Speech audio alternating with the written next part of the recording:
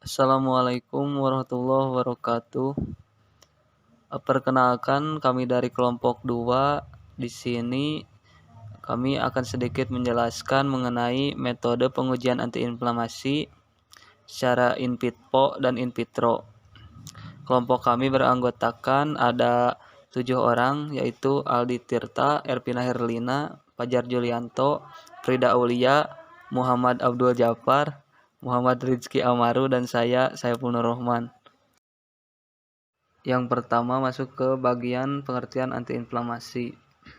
Antiinflamasi itu merupakan suatu respon protektif normal terhadap luka pada jaringan yang disebabkan oleh trauma fisik, zat kimia yang merusak, atau aktivitas mikrobiologi, sebagai usaha untuk menginaktivasi atau merusak organisme yang menyerang, menghilangkan zat iritan, dan mengatur zat perbaikan pada jaringan. Untuk golongan obat antiinflamasi sendiri ada dua, ada steroid dan non-steroid. Secara umum yang steroid ini bekerja dengan cara menghambat pelepasan prostaglandin dari sel-sel sumbernya. Kalau yang non-steroid itu bekerja melalui mekanisme lain seperti menginhibisi siklooksigenase. Selanjutnya yaitu tanda-tanda terjadinya inflamasi atau ciri khas dari inflamasi: adanya kemerahan atau rubor, panas, kalor, pembengkakan atau edema, nyeri, dolor, dan gangguan fungsi jaringan atau fungsi laesa. Tahap vaskular berkaitan dengan vasodilatasi dan bertambahnya permeabilitas kapiler, di mana substansi darah dan cairan meninggalkan plasma dan pergi menuju ke tempat cedera. Tahap lambat terjadi ketika leukosit mengfiltrasi jaringan inflamasi. Berbagai mediator kimia dilepaskan selama proses inflamasi. Prostaglandin yang telah berhasil diisolasi dari eksudat pada tempat inflamasi adalah salah satu di antaranya. Prostaglandin atau mediator kimia mempunyai banyak efeknya, termasuk di antaranya adalah vasodilatasi, relaksasi otot polos, meningkatnya permeabilitas kapiler, dan sensitiasi sel-sel saraf terhadap nyeri. Selanjutnya yaitu metode pengujian antiinflamasi.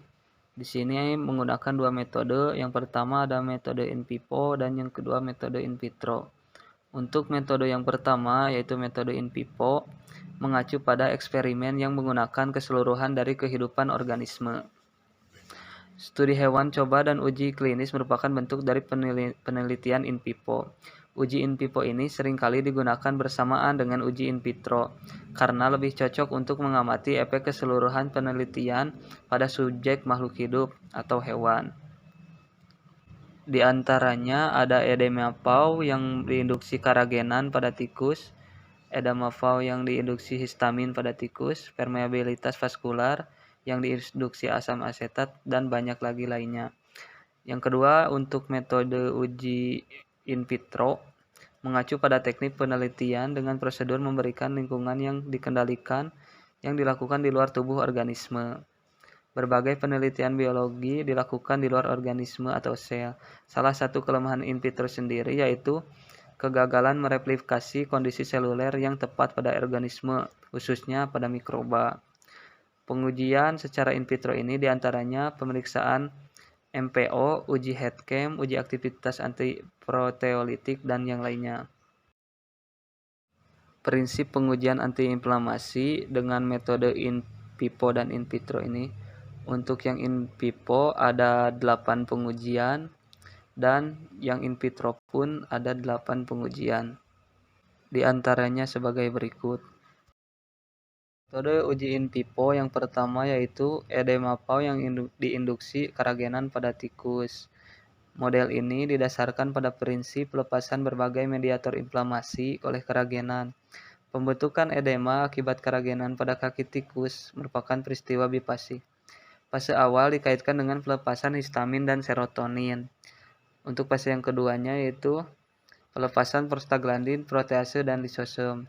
Injeksi karagenan subkutan ke kaki tikus menghasilkan peradangan akibat ekstravasasi plasma, peningkatan air jaringan, dan ekskudasi protein plasma bersama dengan ekstravasasi neutrofil Semua itu karena adanya metabolisme asam arakidonat. Yang kedua yaitu permeabilitas vaskular yang diinduksi asam asetat. Tes ini digunakan untuk mengevaluasi aktivitas penghambatan obat terhadap peningkatan permeabilitas vaskular yang diinduksi oleh asam asetat dengan melepaskan mediator inflamasi. Yang ketiga yaitu edema telinga yang diinduksi porbol miristat asetat pada tikus atau PMA, yaitu promotor protein kinase atau PKC yang menginduksi pembentukan bebas radikal in vivo. Spesies ini terlibat dalam sintesis mediator dan mengatur produksi TNF pada gilirannya merangsang aktivitas PLA2 yang melepaskan asam arakidonat dari fosfolipid dan merangsang aktivitas CHOC dan LOX. Enzim ini terlibat dalam pelepasan mediator inflamasi yang berbeda. Yang keempat yaitu edema FAU yang diinduksi histamin pada tikus. Edema kaki yang diinduksi histamin dikatakan terjadi pada tahap awal peningkatan vaskular dari reaksi vaskular pada peradangan yang diinduksi secara kimia. Dalam hal ini, pembekakan terjadi terutama karena aksi histamin. Umumnya, histamin dilepaskan setelah degranulasi sel mast oleh sejumlah mediator inflamasi termasuk zat interleukin atau IL-1. Uji ini mirip dengan edema kaki yang diinduksi keragenan. Hanya saja perbedaannya yaitu tikus itu ditantang dengan injeksi subkutan. Untuk metode in vivo yang kelima yaitu edema telinga yang diinduksi oxazolone pada tikus. Model edema telinga yang diinduksi oxazolone pada tikus adalah model hipersensitivitas kontak tertunda yang memungkinkan evaluasi kuantitatif, aktivitas antiinflamasi topikal dan sistemik dari obat herbal, dan sintesis setelah pemberian topikal. Selanjutnya yaitu edema PAU yang diinduksi formalin. Model ini didasarkan pada kemampuan obat uji untuk menghambat edema yang dihasilkan pada kaki belakang mencit setelah injeksi formalin. Efek non-konsepsi formalin adalah bifasik. Komponen neurogenik awal diikuti oleh respon yang dimediasi jaringan. Kemudian, pada fase pertama terjadi pelepasan histamin, sedangkan fase kedua berhubungan dengan pelepasan prostaglandin. Ketujuh yaitu model kantung granuloma yang diinduksi keragenan.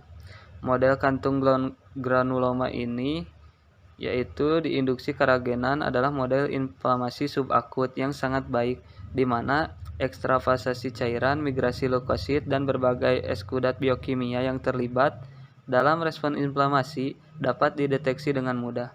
Kantung udara memiliki keuntungan menyediakan ruang yang sesuai untuk induksi respon inflamasi. Injeksi iritan seperti keragenan ke dalam kantong udara subkutan pada permukaan dorsal tikus memulai proses terjadinya inflamasi.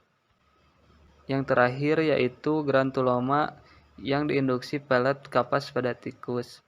Model ini didasarkan pada granuloma benda asing yang diprovokasi pada tikus dengan implementasi subkutan pelet kapas terkompresi.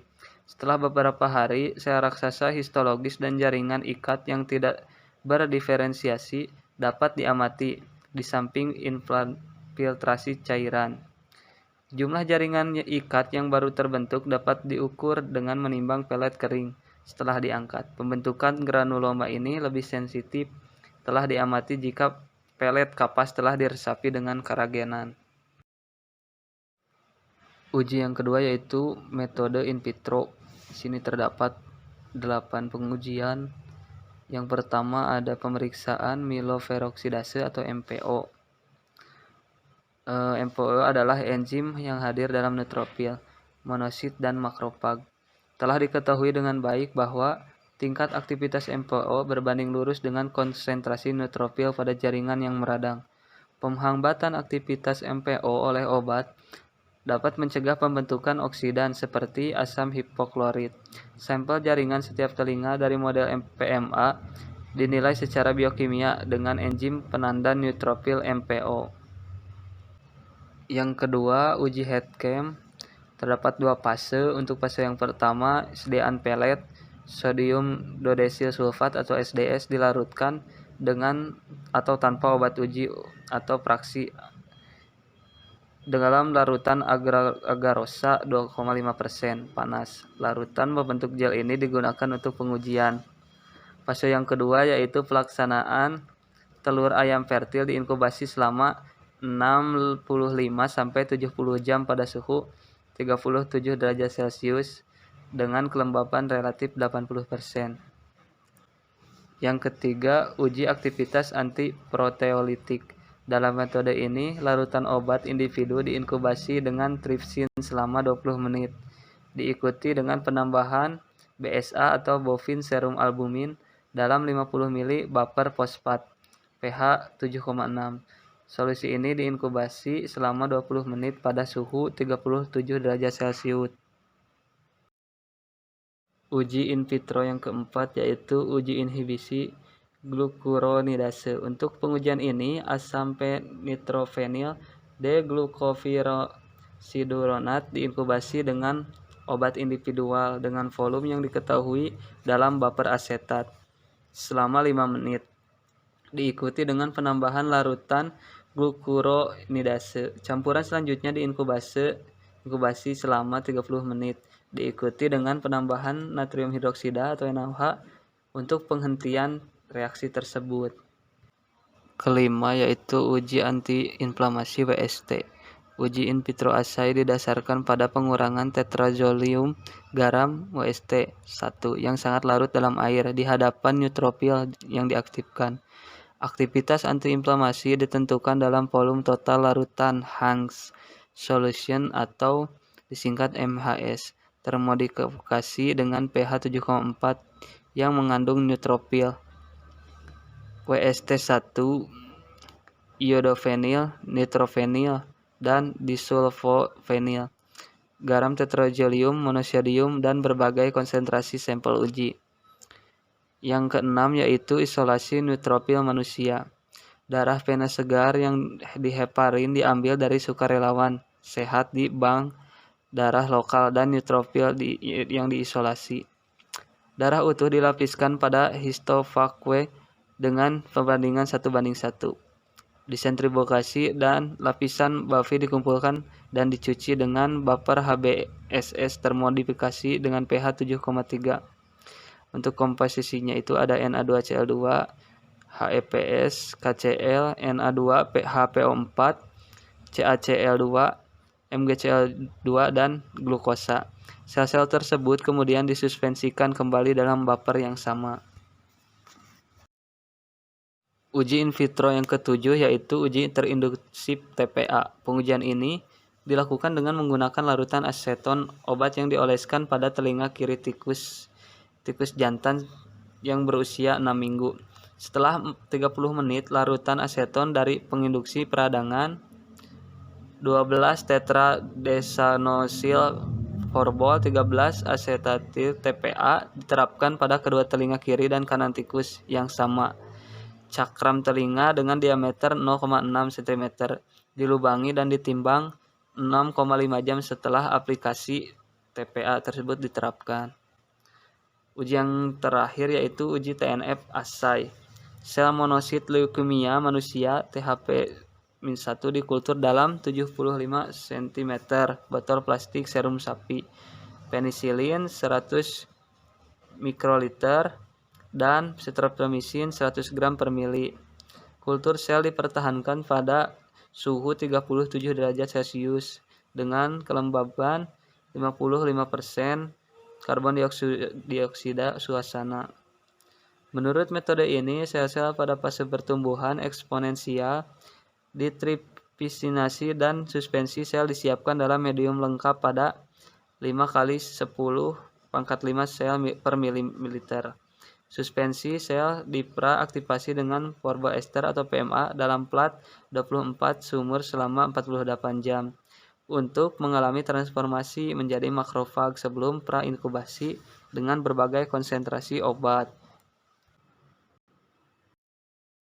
Simpulannya, antiinflamasi yaitu suatu respon protektif normal terhadap luka jaringan yang disebabkan oleh trauma fisik, zat kimia yang merusak, atau aktivitas mikrobiologi lainnya sebagai usaha tubuh untuk menginaktivasi atau merusak organisme yang menyerang, menghilangkan zat iritan, dan juga mengatur zat perbaikan jaringan.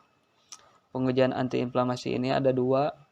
Yang pertama secara in vivo, diantaranya edema pau yang diinduksi keragenan pada tikus, edema pau yang diinduksi histamin pada tikus, permeabilitas vaskular yang diinduksi asam asetat, edema telinga yang diinduksi formaldehyde asetat pada tikus, edema telinga yang diinduksi oxazolon pada tikus, model kantung granuloma yang diinduksi keragenan, edema pau yang diinduksi formalin, dan granuloma yang diinduksi pelet kapas pada tikus.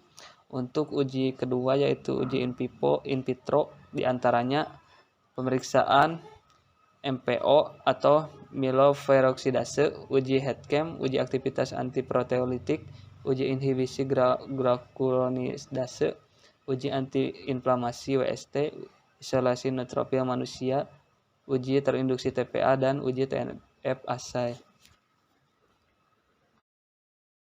Sekian yang dapat kelompok kami sampaikan. Bila banyak kekurangan, mohon dimaafkan. Wabillahi taufiq wal hidayah. Wassalamualaikum warahmatullahi wabarakatuh.